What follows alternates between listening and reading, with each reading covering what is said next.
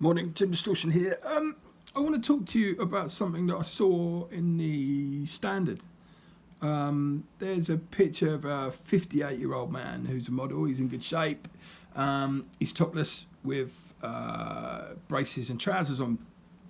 And it's for a dating app, called Lumen, I think, and it started in September. And they do it. And the advert basically is showing a man who's virile. He's taking care of himself. He looks good, but he's an older man, right? He's 58, and they have the strapline, pull a cracker this Christmas.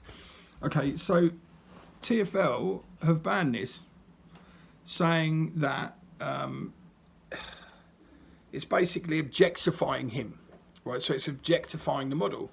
Well, the model himself says, right, that he was part of the process. He was part of, how they made it. He says, we work hard to ensure the photographs were tasteful as well as fun, and it's a shame TfL don't see it that way.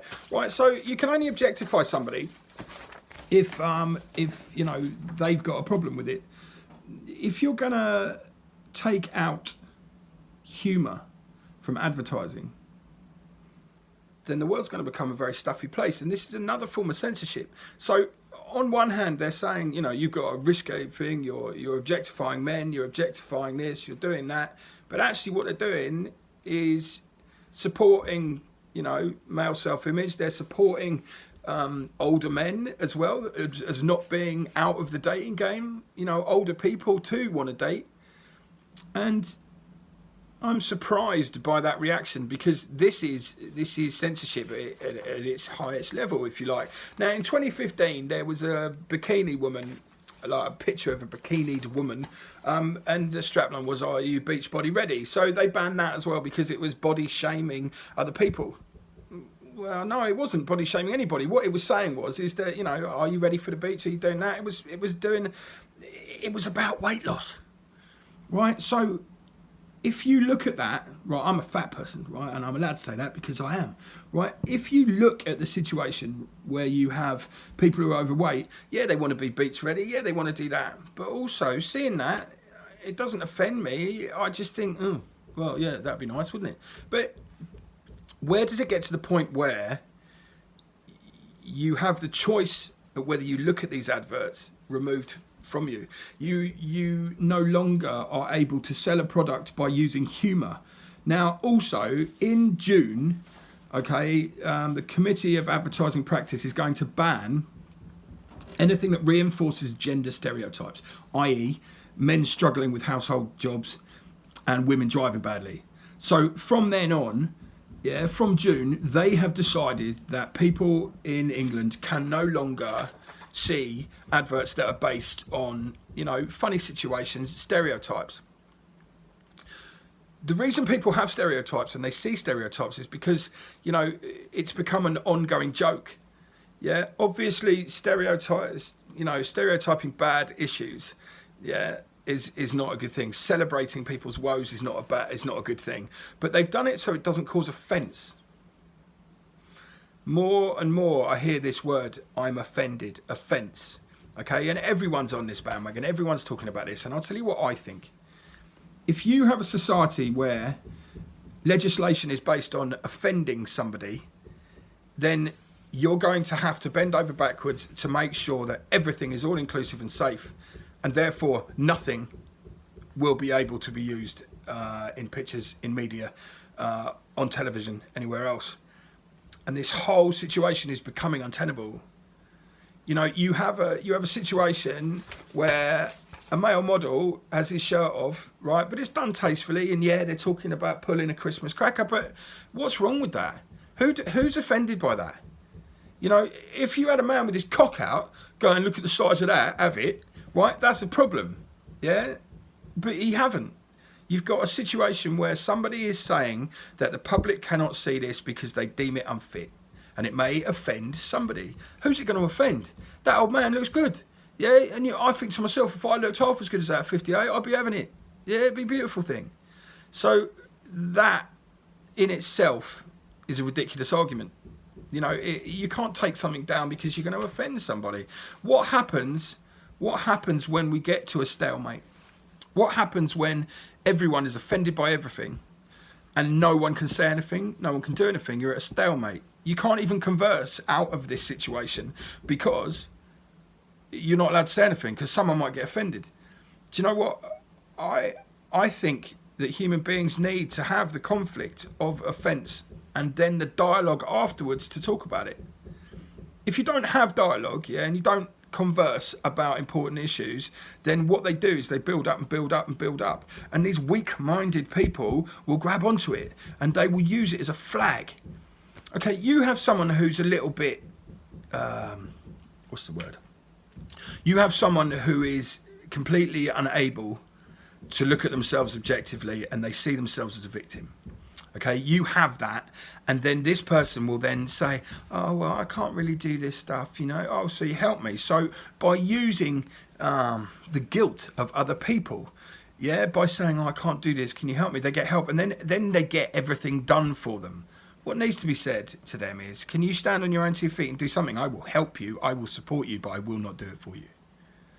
Yeah. So if we were to say to these people who say they're causing offence, can you prove to me that 10 people on this are offended? Or, what's this about? Okay, another case in point is on Radio 4 this morning, they were talking about football. And there was some guy, I cannot name names, I apologise because I don't know who it was. He said that the Jewish people will be offended, because Tottenham Hotspur fans have identified with the word Yids that covers them, and therefore the Jewish people will be offended by this. And the person on Channel 4 said, why will they be offended by that? One, it's a derogatory term for the Jewish race. And two, it's just an established fact. This is what the fans call themselves. They actually described it as the Y Army. They weren't even allowed to say it's on the radio. So we're already getting to a stage where people who are not, right, I should clarify this. The person who said this was not Jewish. Was not Jewish. So therefore has no ability or opinion that matters about whether the Jewish people would mind the Tottenham Hotspur Football Club fans taking on that moniker and identifying with it. So this then leads to, why is everyone so worried about who identifies with what? Why they identify with it, and why do you want to stop people identifying with things that have nothing to do with you? You could get, I know that I'm being drawn to the sexuality, identifying with that. I don't identify as a man, I don't identify as a woman. I'm sorry, I don't understand why people need to do this. If you are a man but you feel like you're a woman, there are now ways and roads to get that sorted, and that's great. I don't understand, and I'm not educated enough to even comment on this, right? But if you don't identify with being a man or a woman, I am confused about then what you do identify with, and I can't get involved in that. But what we're getting to the stage is, the end result of this is I don't identify with being the 58-year-old man that I am, so I'm going to be 41. And I've seen, I think it's fake news, but a man suing someone because he doesn't identify with being 58, he identifies with being in his 40s, and it's on a dating site. Now, I can turn around to you and say, I don't identify with being Jim Distortion, I identify with being a fridge. And then I basically expect you to respect my feelings on this. What I really expect you to do is laugh at me and poke fun. Now, sexuality is more important than that. And, obviously these people have issues that need to be addressed and talked about. But the ardent supporters of this are the ones that create the trouble. It's not the actual people doing it. You've got these mouthpieces who go on about, the sexual gender issue, but they're not involved in it, right? They don't understand it. There are people there front. There's always some mouthpiece, that has nothing to do with the issue, who wants to stand in front of it, who wants to say that adverts are objectifying these people. Well, like I say, who are they objectifying? Who is going to draw a line under this before it gets mad? I don't know. If you get to the stage where you can't talk, you can't think, you can't move in the direction you need to, we stop being human beings. We're then censored mutations of human beings, people who aren't allowed to think. Back to George Orwell, 1984, back to the structure of society that was written to frighten people. But it's actually starting to happen. The erosion of people's freedom of thought, freedom of speech, all of that is starting. It's not something that was written about that might happen and isn't less observed. Think about all the cameras everywhere. Think about every time you say something and someone gasps and says the wrong things. Think about the times you put something you thought was innocent on Facebook, someone objected to it. Think also about your freedom, your ability to say what you want to say.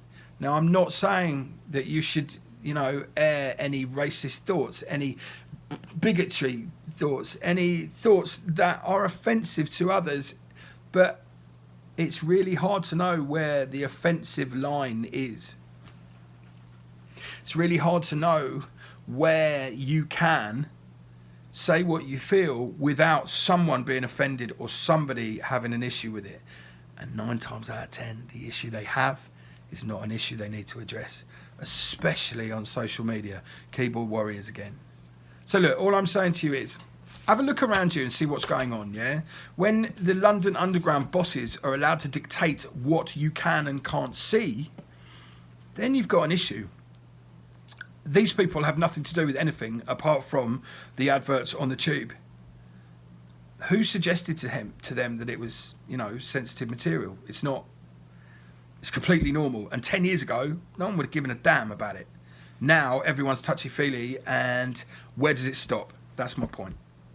All right, this was a bit rambly, and I apologise for that. But, there's so many situations and convoluted thoughts and arguments.